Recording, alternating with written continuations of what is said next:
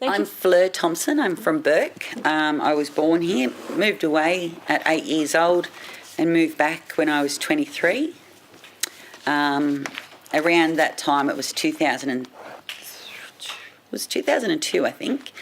And that was around the time of the great 1,000-kilometre stretch of blue-green algae. Mm-hmm. Just as a person in this town, I really love our river and I think it's so beautiful. And it gets a bit hard at times because it doesn't look like it's suffering in places because of the whirlpool, and you've got to actually get out of town before you see it for what it is. Recently went for a little drive with Dad. It's to a place called the 10 Mile. It's just past Mays Bend and it's north of Bourke, and it's at the very top of the whirlpool, and they had used excavators to cut through so that any extra water could get through to the whirlpool. And in that place there was some native Westringia, and I'll put that down so it doesn't make static sound. Native Westringia, which is a rosemary, and we picked some and smelt it and was beautiful. And not far from that there was also some native pyrethrum, which is part of, I think, the chrysanthemum family, and it had that deep pyrethrum smell to it. And like, as a person that lives out here, finding the magic daily is not hard, but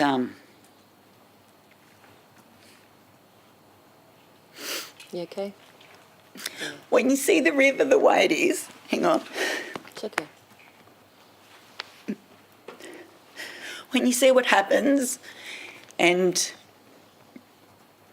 the lies that are told and the justifications that are made, and your family's watching it because it's part of our personal interest. We like nature and we are the ornithologist family, much like the Cameron fellows over here. We do find that beauty and we watch it. And to watch 10,000 megalitres a day be released in the upper catchment from October through to January, late January, early February, and not a single drop comes past here. And I've just been to Dubbo and had surgery, and I've seen the Albert Priest Channel running full of water. I've seen hundreds and thousands of acres of cotton irrigated with that water. And it's all legal because of the carryover allocations. And more than likely they'll be left over this year. So if we aren't out of drought by next year, the same thing will happen. However, last year, in May, around the time when the tourism season starts, our river ran again. We got an environmental flow. I feel it's important to note that we seem to get these environmental flows at a nice, convenient time, because based on Shire figures that have verbally been told to me, 400,000 tourists come through Bourke every year. And it'd be a crying shame for 400,000 people to see the naked truth of the river. So I believe we are already in the process of getting a flow at some stage. We had a day of action for water a couple of weeks ago, and the Mayor stood up and said that he had written to the government to ask for an environmental flow, which was more, I think, show ponying and a little bit too late, really. There's no water left in the storages. We've had a bit of rain recently and we were watching that intensely to see where it goes as well. But I doubt we'll get a flow from it as well. There's just so many empty pools now to fill that it's going to take a huge rain event and a continued rain event to fill it back to where it could be again. I've brought along my my house water. This is my kitchen sink filtered water. Is that a glass bottle? No, this is the filter cartridge out of what I attached on the 27th of January to my kitchen sink after I'd noticed the water had gone brown. I have photographs of that, and I've made an album of it in my phone that I'll be able to tag and send. That would be great, thank you. It contains the progression from this white through to what we now see is this dark, sort of yellowy orange. I reported this to the Shire Council and was told that, it must be my pipes because their testing has proven to be fine. I am of the opinion if it's my pipes, it'd be always brown. You know, that doesn't make any sense. Suddenly it goes brown. And about 2 weeks ago, this filter wasn't taking the metallics out as well as it could, and it's still not, and so I've ordered a new one, and today it's at the post office to pick up, hence why I can bring this one to give to you guys, so you can do whatever analysis you need to do on it. I rang the Shire and complained about the metallic taste, and they came out and took a test sample from my meter. And they did that 2 weeks in a row, and when I asked for the results, I was told, you can have them, but not if you're going to put them on Facebook. I said, well, don't bother sending them to me because I will make them public. There is a place in town that I just didn't quite get my act together as I've had to go to Dubbo for major surgery, and that's when I saw the masses of cotton fields. It's disheartening, very disheartening.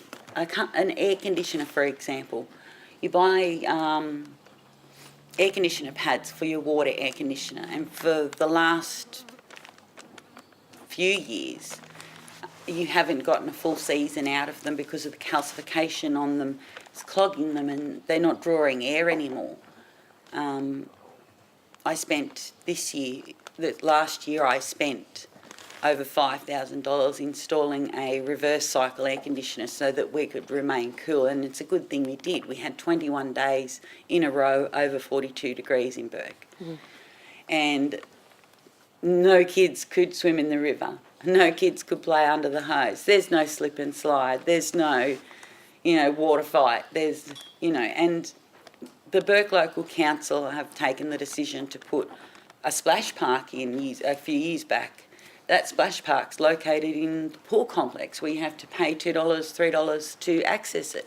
So it's not benefiting the community in full. It's benefiting the few that can go to the pool. I brought this also to say sending bottled water or containers of water into our communities that have undrinkable water is not a solution, and it's not a solution that private enterprise should have to do. It's not a solution that personal people shouldn't have to purchase water for the purpose of drinking.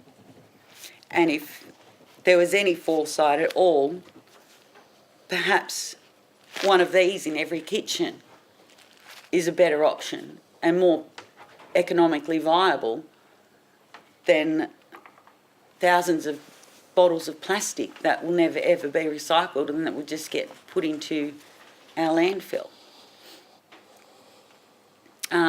My dad, Rod Thompson, he didn't want to be here today, and he warned me from being here today. Why is that? Misquotations.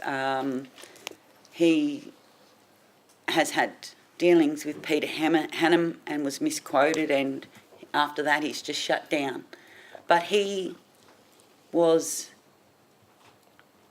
pivotal in finding and helping research a bank on the Little Bogan, or what they call the Dry Bogan, which only runs periodically. This bank was extended back in the early 2000s, and I was at a 21st birthday party of the Turnbull family and heard them mocking and laughing about how they could do whatever they want because no one can see us doing this, ha ha ha. And I didn't connect with it then. But since Dad found and realised this 3,000 megalitres can be held back in that extended, built-up road, and since they've now been told to take it down, and they offered to take it down rather than be prosecuted, and they have until April to do that. That's the Turnbull family at Belvedere. What do they farm? Cotton.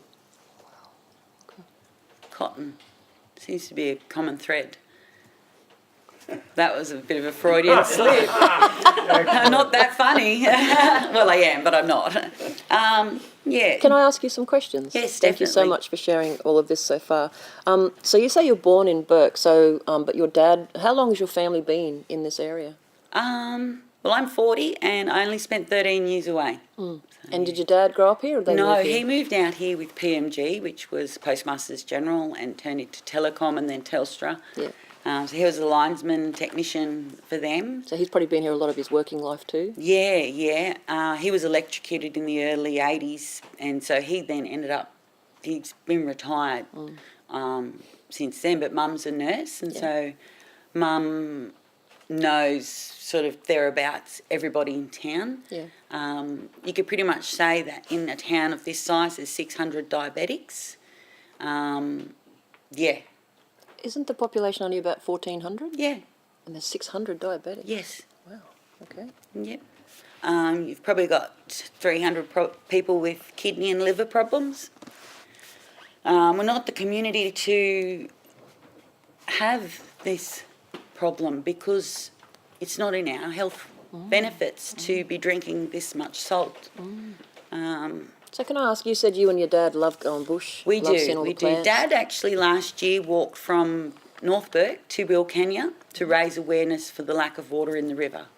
Sounds fantastic. This year, our candidate for Barwon, Philip Naden, and Dad said, right, well, we'll support you if you're running for the right reasons. So Dad walked to Brewarrina and spread the word about the dry rivers. And Brewarrina is one of those places. It has the oldest man-made structure on Earth, and it is not acknowledged, it is not recognised. The Brewarrina fish traps have been maintained consistently for 30,000 years until white settlement. That's significant. It's huge. It's really huge. In the time that your family's been here and like when you and your dad go and look around, have you ever seen the river in the state that it's in now? Never. Even in other droughts? Yeah, never. How is it different? Well, it's lower. There are less puddles. One of the funny little stories, there was some people, and they've been watching, as the river goes up and down, there's this structure would appear every now and then. Well, the river's low enough now that the structure is clearly not a riverboat. It is actually someone's trailer that's been dumped. So for years, we've been thinking... So you're wondering what it was? Oh, the riverboat, it's the riverboat wreck. That it's just an old trailer that's Especially been for the pushed owner. into So the river. but in all of your life, you never knew what it was? No. I think that's one of the greatest pieces of anecdotal evidence for It the is. height of the river that I've ever You'll heard. find photos of that on the Bourke Community Information page. Yeah. I thought that was quite, that's pretty poignant that we now know that what it is, and we've been guessing for many, many years. The poor old river. Dream shattered by big cotton. Yeah. Yeah. So I'm not against industry, but I do think that everyone needs a fair share, and we're not getting it. And I think Jonathan Knight turned up shortly before we resumed here, and he's an Indigenous man from the area, and I think the Aboriginal community is really worried about their water rights and what they have to say in their situations. And I don't speak for them, but I do know that there's a hell of a lot of concern that they're being forgotten again yeah, and overlooked again. we're certainly hearing that from communities everywhere along the river. Yeah. Can I just ask, you talked about, so this is the worst you've ever seen the river, and now you can see the river's mysteries all revealed. It stinks too. Yeah. It stinks. Has it ever stunk like that before? It did when I first moved back. That was like 2002, 2003. It was pretty low. But no. And I go outside and I hand water and I get it splashed on me and salt crystals dry on me. Which That's my has next not question, happened which is- before. Yeah. Right now, what are you drinking and what are you washing with? Where's the water coming from?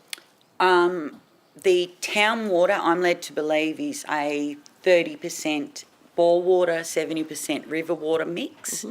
And, we don't drink it. How long have you not drunk the town water? 27th of January. So only this year? Yeah. Is it the first time you've ever stopped drinking the town water? It was tainted back when I first moved back in 2003. It had a metallic taste, but I was young and drank more alcohol than water at that stage, so it didn't worry me too much, you know. But do you know if at that time other people in the town were not drinking the town water, or is this the first time? No, I've known for a long time people have not been drinking the water in this town. Right. My water turned brown, and that was my catalyst to put my filter on, which I'd had in my possession for 6 years prior, but hadn't put it on because I'd had reasonable flavoured water. But when it turned brown and it didn't turn back like with a flush, well, I thought it was time to fix it. Have there been any reports in this community, and especially since your mum's a nurse, you would know this, of people having any itchy skin or any problems from the water, or My is it not that children bad? have itchy skin. Do they? My youngest, he'll get a rash at the side of, anything, and he's constantly itching and bemoaning about being uncomfortable, and his clothes itch him, and he's not Asperger's, he doesn't have any sensory issues, so yeah. And is there anything else going on in the community health-wise particular to this Working patch? in the pharmacy last year, we do sell a lot of creams and lotions for itchy, dry skin. Okay. I don't work there anymore, but we did sell a very big amount of like QV lotions and dermavines and things that are generally aimed at the eczema skin conditions, but have great benefits for dry skin conditions. Do you remember when you were a kid, other people having to do that then? No, I don't recall as a kid really. When I was a kid, life was sweet and, Was there more water then when you were young? I'm just trying to think. We used to go down in the boat. I can remember climbing up from the bottom side of one of the locks and being really scared, but there was water in the river and I don't think it ever dried up the way it did. I don't recall it drying up because we spent a lot of time on the river. Sounds like you did. Yeah. I'll let these guys ask some questions too, but I was just wondering, you talked about this family that built a road and in fact were using it as a dam for water. Yeah. Is that part of what folks are telling us around the floodplain harvesting? This was a discussion that was a drunken conversation at a 21st that I overheard. Didn't understand the meaning of it at the time. They were talking about how they had been able to put in this road, but it wouldn't allow them to grow cotton because it'll hold the water back. Right. They've claimed its use is to service 7 households for stock and domestic water. But 3,000 megalitres is a lot of water for that purpose. Okay. And what do you think are the solutions for the community? What do you want to see happen so that... I want to see the carryover allocations stopped. If there is no water, there is no water. I don't want to see people pumping out. I don't want to see the area the size of Belgium being grown in cotton in New South Wales when I've got a dry river. I don't want to drive to Dubbo and see acres and acres, hectares of cotton lushly irrigated whilst we have nothing, and whilst we have this. I'm all for fair distribution. But at the moment, there's no source of fair distribution in the system whatsoever. It's heavily weighted towards the irrigation industry, number one, and the cotton industry, number two. And there's people that say that are cotton growers in the usual seasons who have bemoaned to me that, oh, don't blame us, cotton growers, we're not growing cotton anyway, but they're still paying their Cotton Australia fee, so they're paying their lobbyist who just sat in this seat. He may say that he is in talks or conversations, but they're sidelines for cotton lobbyist. That is sly talk for I'm a cotton lobbyist. Ian Cole is a cotton lobbyist. Why were you uncomfortable talking when you were... Because I've had threats from his family. In what way? Verbal threats and Facebook threats. I had a threat last year from his sister. All these little comments add up. And I facetiously added, I hope they do, because I would love the river to run again, you know. I replied to it. But it was meant as an ominous threat to shut my mouth. Do you ever feel frightened? Yeah. Do you think other people in this town feel frightened about speaking up? Yeah. I'm so sorry to hear that. That's awful. I think I sat at the polling booth on Saturday. That was a very interesting experience, considering we were representing the independent Phil Naden. The amount of people that won't make eye contact with you now, it's stunningly, clear that the status quo, their comfy little arrangement has been upset. I hope it has. Why do you think some of these families who have lived here a long time are okay with the way the water is being used at the moment, with the way the river is? Because they've been lobbied to their entire lives. There's a tourism operator out back, Mateship Tours. Most of his spiel is how cotton's kept this city afloat and how cotton's built this town from nothing. Well, I'm sorry, but when cotton's not grown here, the locals don't leave. It's not local people who are working for cotton companies. It's the locals don't leave. We're still here. We carry on. Unfortunately, our town relies more on welfare dollars and the fact that the Indigenous community is quite poor, and that's where the money in this town is. It's in the bureaucracy of health, welfare and poorness. It's not in cotton. It never has been. Wow. My only other question is if you could tell us a little bit about what you've been seeing with wildlife. I'm sure that there's been a change, and what kind of change without any water? Well, I've seen 3 azure kingfishers in the last 3 months, which is so rare. I saw 1 for the first time in my life last year. And I can probably attest that to the concentration that there's only water here. Right. We had a temporary pool, and unfortunately we've had to let it go because we can't refill it or anything, but one did a little dive bomb in, and just to see one, So you've never seen one before? Never seen one. And I've seen 3 in the last sort of 4 to 5 months. So maybe they're coming in because there's nowhere else to be? That's what I'm thinking, yeah. And what about, we've seen in other places, I've never seen kangaroos so sick looking and dying in strange places. Yeah, there. What are you seeing here with some of the other animals? I don't get out much past the levee bank most of the time, but when Dad and I went for our drive, it was dry. There was nothing. Oh, he sent me a video. He went out to a similar area, and there was a carpet of slaters just migrating, like 100 metres of slaters migrating. I would have loved him to come, but he'd had a bad experience. Oh, it's okay. And okay. I think the way he's seen it play out, it's been a bit of a shit show. Yeah, I can imagine from what you're telling us. Yeah. Gwyn or Gil, do you have any questions for I was just going back to the health. I was just wondering about mental health Oh. of people. That's critical as well. Fishing is an outlet for people. Even just going down to the river for ourselves, going down to the river and having a swim, you can't do those things.